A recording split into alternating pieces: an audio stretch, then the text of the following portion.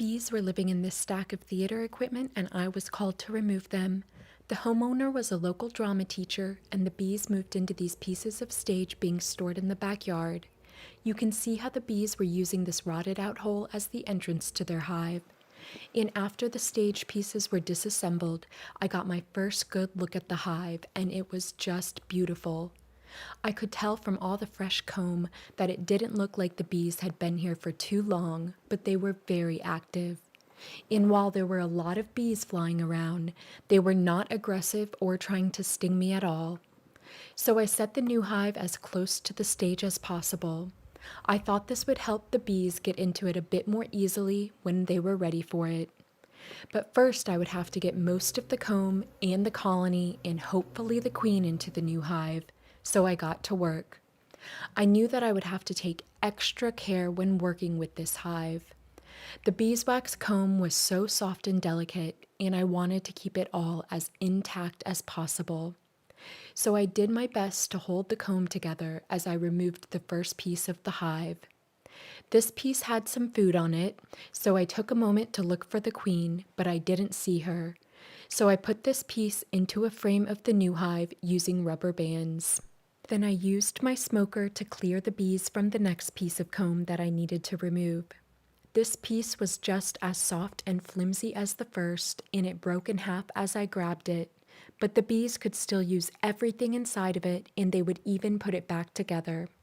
So I carefully put it into the new hive, and I did the same thing with the rest of this piece. Then I paused for a moment to just observe the bees and to see if I could find the queen.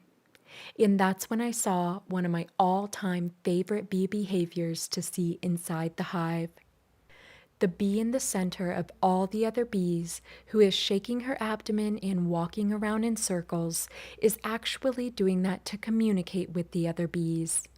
She is telling them the distance and direction to fly to find the best flowers for food. And if you think it looks like she is dancing, you're thinking like a beekeeper, because beekeepers lovingly call this the waggle dance.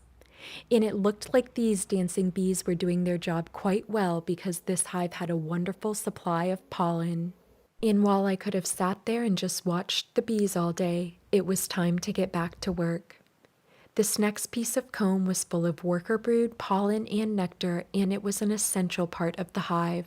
So I secured it into a frame and I put it into the new hive as carefully as possible. Then I used my smoker to gently clear the bees from the next piece of comb, and you can see how the bees scurried away from the smoke just as you or I would. This next piece of comb was full of even more brood and food than the last, and it had everything a healthy colony needed this time of year. All of the cells with cappings on them were full of worker brood, and that was almost a sure sign of a queen. You can see the capped brood on the bottom and some bright, beautiful pollen being stored above it, which is what the nurse bees use to feed the baby bees. So I slowly slid this piece of comb into a frame alongside the others, and I put everything into the new hive. And since I had not yet seen the queen, I gave the bees some more smoke to clear them off the comb so I could look for her. And that's when, all of a sudden, I saw the queen. At first,